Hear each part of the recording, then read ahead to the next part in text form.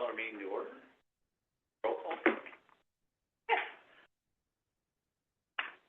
Director Gallagher? Here. Julie Pearson? Yes. Jessica Dixon? Here. Mike Russell and Chair myself. Here. Any agenda modifications? One consent and one discussion item today. I would like to make one introduction. I would like to introduce Chen Sun. Chen is an interim Director of Financial Planning and Analysis. She is our replacement on an interim basis for Vanessa. Welcome, Chen. Welcome, Chen. Welcome. Chen. She's muted, but she's been here for maybe 2 weeks at most. And we put her off and running. What's her in-office? She's in Southern California, okay. So she's remote. Okay. Right there. So that's part of our public comment on matters not on the agenda. Any other comments from the meeting members? Any comments from the public? Okay. Great. So let's go to consent. Consent is our minutes from April 28th. We entertain a motion to approve the consent agenda with our minutes. Second. Thank you. Dr. Gallagher. I'll take a roll on this item. Jessica Dixon. Yes. Julie Peterson. Yes. Dr. Gallagher. Yes. And yes. And also sorry for the record that Mike Russell is not in attendance. He's online, but yes. not. Yeah. For discussion item. Thank you.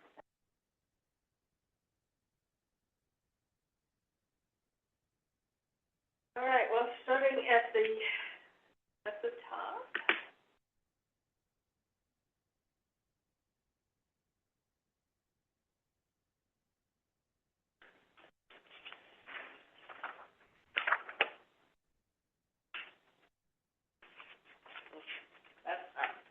So starting at the top, May, we did lose money in May. Our bottom line EBITDA is a minus 587 and had a net loss of almost 633,000. The net loss was slightly favorable to our budget, which was 712,000. Generally, the net operating revenue almost hit budget. We did have volume. We also had some payer mix deterioration, and probably from a net revenue perspective, the biggest impact was we were a little bit more outpatient heavy this month versus inpatient, where the prior month when we're a little more inpatient heavy, it helps the reimbursement rates. On the expense side, we were about 56,000 favorable to budget. We did see higher expenses on the labor side, and primarily, this is kind of a weird one, but it really has to do with the PTO accruals and the fact that we had a lot of PTO usage in April with the spring breaks and holidays there, and so new PTO that people are accruing is kind of getting offset by PTO they're using. And then you get to the next month where they're just accruing and not using it as much, it kind of spikes the way the salaries show in the general ledger. Everything else, pro fees we're still managing within the budget. Of course, we had put extra budget in there, seeing all the pro fee increases that we've been subject to in the last couple of years. We're managing supplies very well, trying to increase our ability to put a few more supplies on the shelf as we've made more AP payments and tried to work through some of those process issues. But we are still managing supplies very tightly. And everything else is fairly close to budget, with the exception of other being this is the place where we also hold the expense budget for the expense for QAF 9. We're not recording anything there yet since QAF 9 has not been approved. So that impacts both net operating revenue and other being the expense that we pay. Next slide. So with with the loss in May, it has reduced our overall year-to-date EBITDA and net income. Both are favorable, and so we're about $295,000 favorable on the EBITDA, and that does give us about a $2.1 million positive variance towards what we had budgeted. And then on the net income, we're about $2.7 million favorable to budget. And really, the storyline is pretty much the same. You can see that we've almost $3 million favorable on the expense side, and that is in addition to having better volumes and knowing that your salary and your supply expenses are pretty much volume driven. We've been able to manage pretty well within the budgets that we set for those items. And really the largest variances in the expense side, which are the favorable portion, is related to that Clock 9 slide.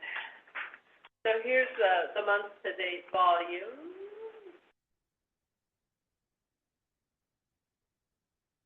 Month-to-date volumes, it was a strong admission month. We were 36 admissions over our budget and about 139 patient days. We managed to have an average daily census of almost 31.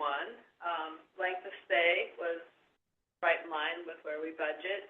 Case mix, slightly under, but pretty darn close to what we had budgeted. Deliveries, right on budget. Surgeries shifted a little bit more this month to the outpatient, to the detriment of inpatient surgeries. ER visits rebounded, and so once again, it's just those non-ER outpatient visits that are down. And as we've been talking about, we did reduce some hours and days in the rehab, which we are working towards increasing back a day. And then on a month-to-date basis, I think we're still soft in some of the imaging volumes as we've been kind of going through all the construction.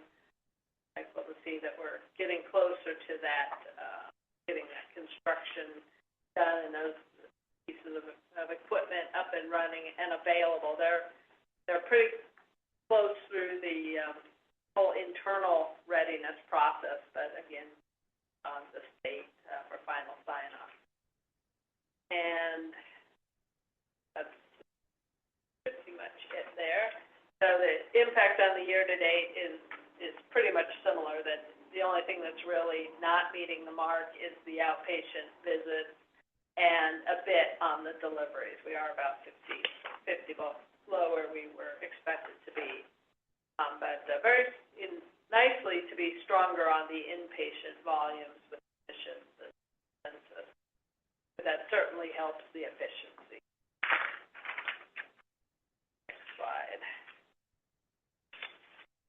You can see on this one, this is that per CMI adjusted look, just to try to adjust for volume and acuity. And where we see the biggest misses, which are the operating revenue and the other expense, is all reflective of the delays for the Clock 9 approval, and that everything else is showing favorable to budget, and that really speaks to all the work that has been done to try to control expenses while we've been challenged with cash. On the inpatient volumes here, does show that our month of May was up from admission, slightly up from a length of stay, but still within our budget, so pretty steady. Deliveries flat from month over month, and just a little bit below where we tend to think of. I tend to think of 65 to 70 being the range that our budgets are usually built on, so we're a little bit down. We did see an uptick this month in the NICU admissions after having a couple of months where they had fallen. ER visits, they have been growing, and we hit about 102 visits a day this month. and pretty steady in the conversions to inpatient. It was down slightly this month, but we still tend to be in about 6.5% of our visits are converting to inpatient. Slide. The outpatient volume, kind of the same story. I think as I'm optimistic that as we get the MRI trailer, as we get the new MRI, which looks amazing, I saw it yesterday, as well as our second CT scanner and our Flora room going, that there's a lot of opportunity to bring in some volume as well as to have faster turnaround times. And there's a lot of excitement by the imaging staff to be using it. Next slide on the inpatient surgical cases. Inpatient, as I mentioned before, was down. We only had about 38 inpatient, and the bulk of them were within our top three of GI, general surgery, and OBGYN. And next slide. Outpatient, it was a strong month on the outpatient volume, as well as being a good month with the robot-assisted cases, and 60 of the cases, general surgery, so that's going strong. That's a pretty good month for them. And then OBGYN and ortho kind of tending to be the next two largest ones. I ask, are C-sections considered, are obstetrics considered outpatient? Deliver and go home with it? The delivery is the outpatient portion, but then the mom's in-house, and then the baby gets coupled with the mom for the rest of the day. So the baby only becomes an inpatient if they're admitted to the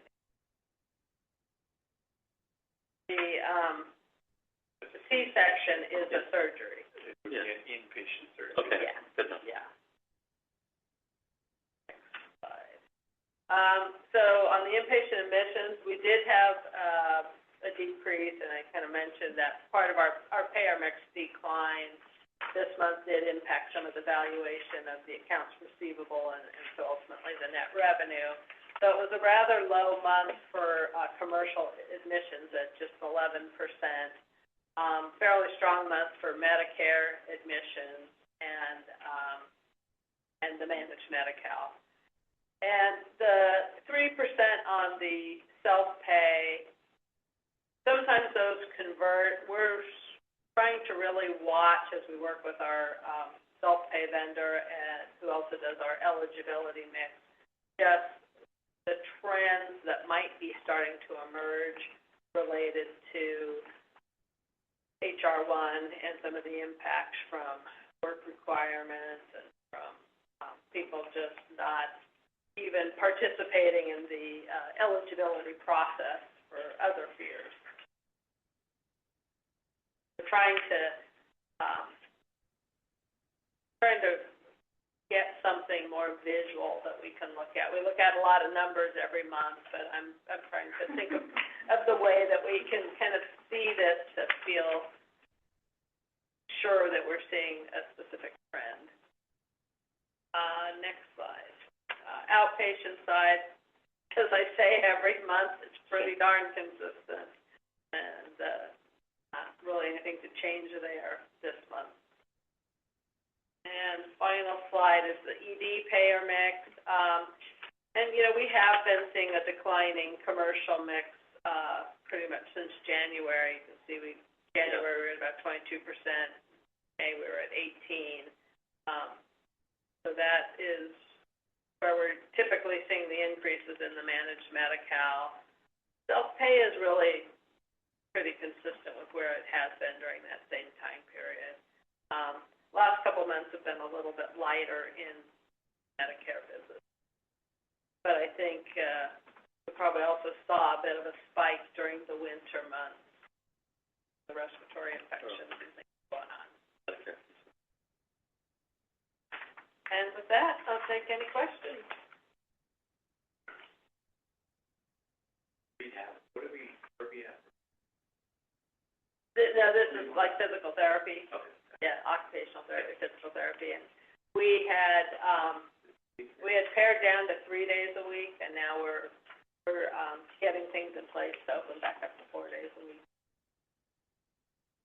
Probably making sure we have the scheduling staff to. Sorry, is that outpatient or? Yeah, outpatient. MRI, still, sure, later.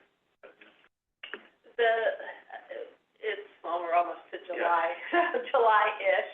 We're really waiting on the state, and there's they've done a lot of the kind of construction sign-offs and the city sign-offs. We had to pay licensing fees and then wait for them to kind of tell us, are you just gonna approve it, or do you have to come make another visit?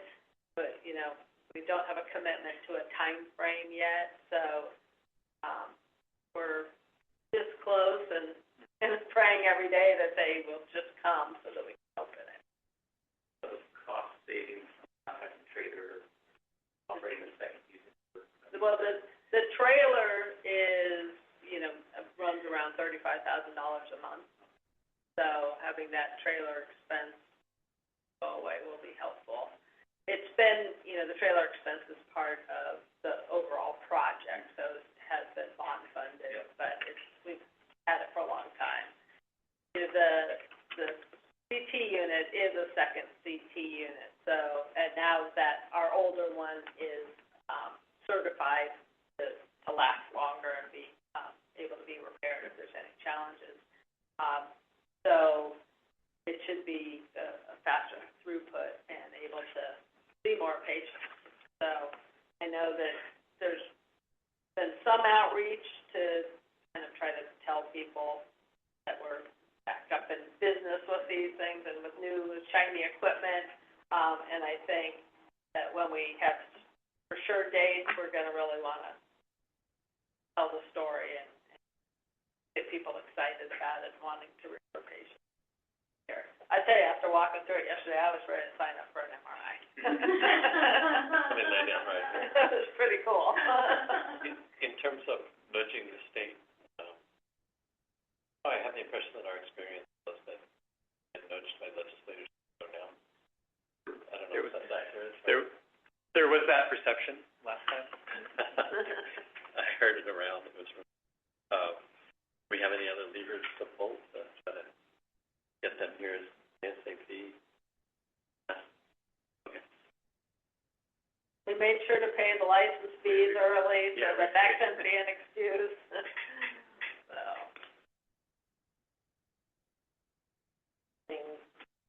Checked on, I think Michelle has a way of kind of monitoring in a portal. Polite persistence.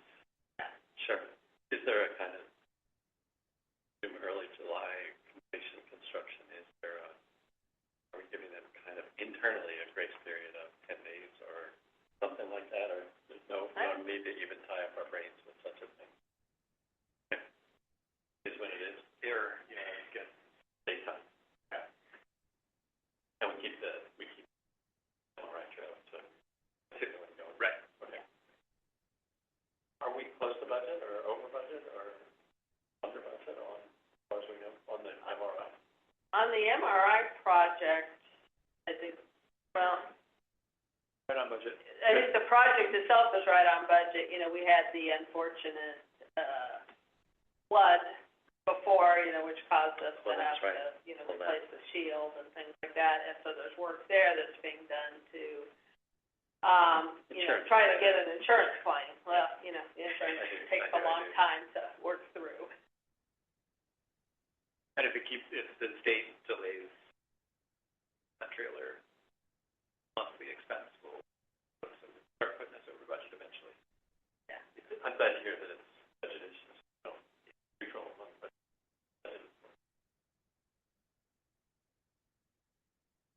I got to go to Sacramento and inspect there. Give them a ride. Yeah. Yeah.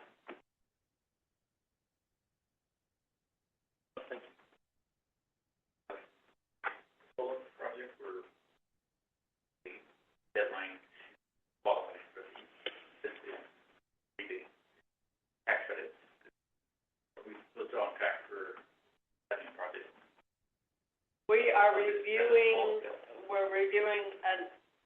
agreement that was sent to us that has some, items that we need to go back and work with Mint and discuss, to make sure our understanding, interpretation of those terms kind of aligns with what we thought. So I think that meeting is scheduled for tomorrow morning. Yeah. Because we wanted to do that quickly, so that we could, and be able to do this, so we can meet the deadline. More granular detail, we would then buy the panels, we could store them, and we get most of the discount, And, the rebate. and that would essentially starting the project Yeah. as like a kind of a down payment on some of the equipment, and so we'd be able to lock in.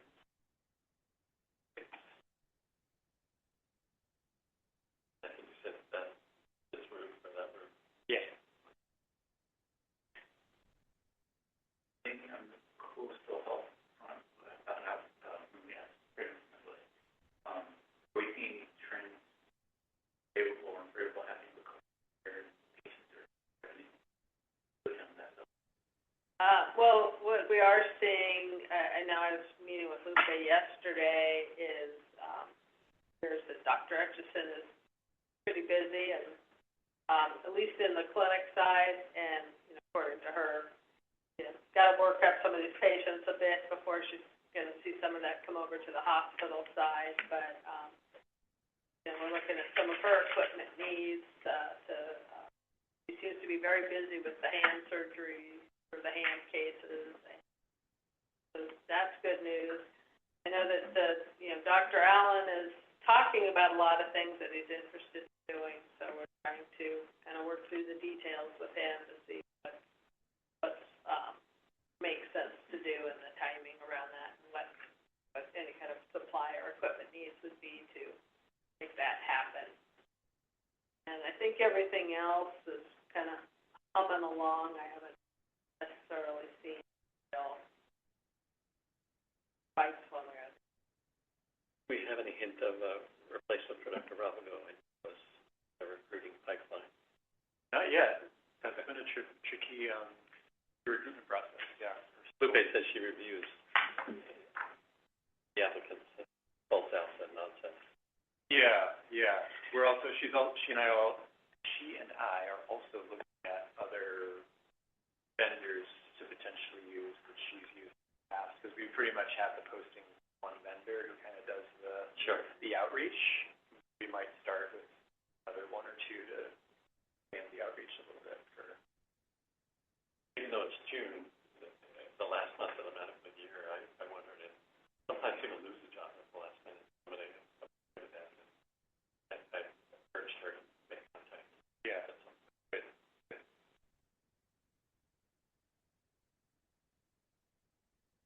Sorry, Some of the primary care schools left in any. Yeah, we reached out to some. Dr. Green showing any interest, the urologist? Not yet. Okay. Qual 9 or Qual 10, I think they're Still waiting on 9, still being told should be by the end of the month, but yeah. Coming up pretty quick, yeah, so. Yeah. Definitely nothing. So he has, sorry, you had confirm the cash. The hospital. You wanna wait? We've got cash on hand. Will be reflected in June. Yeah, because it came in June, so it'll be in the June financials. Got that money in the bank, and we've started to spend some of it. We're gonna spread it out over, you know, because we need to make it last for the next few months while we await all these other decisions, but we are, you know, trying where we can to put a little extra into AP, and we took one chunk last week to get some payments out there that were severely in need, making some efforts on. Positive life, really.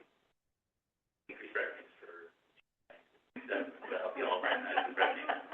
There's no restrictions or, back to my life, Yeah, since it's not required to be paid back, just our own internal management. But you're saying it will count as, you're asking if it will count as revenue? I'm just assuming. Otherwise.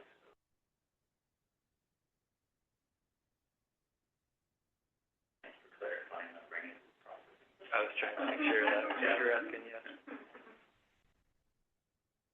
That's a multi question. How does Buck Nine fit into the expense side? I heard you mention it a couple of times as we passed through. Yeah, the way the program works, I'm gonna explain it that way a little different than the way we fit into the program, is for every clock payment that we receive, we put in dollars. And there's a whole schedule that's put together by CHJ. And typically the way the program is designed to work, say we were putting in our portion this month to get a payment in the next 6 to 8 weeks, usually follows about a month to 2 months later. So we budget for both that expense going out the door as well as the revenue coming in. And since QuAP 9 isn't approved, when you have an approved program, even though the funding may be coming at different times, we tend to say, okay, this is how much we're going to get over the course of the year, and we just spread it evenly over the course of the year. When it's not an approved program, it's sitting in our budget, but because it's not an approved program, we're not recognizing any of the expense or the revenue yet. Got it. Thanks.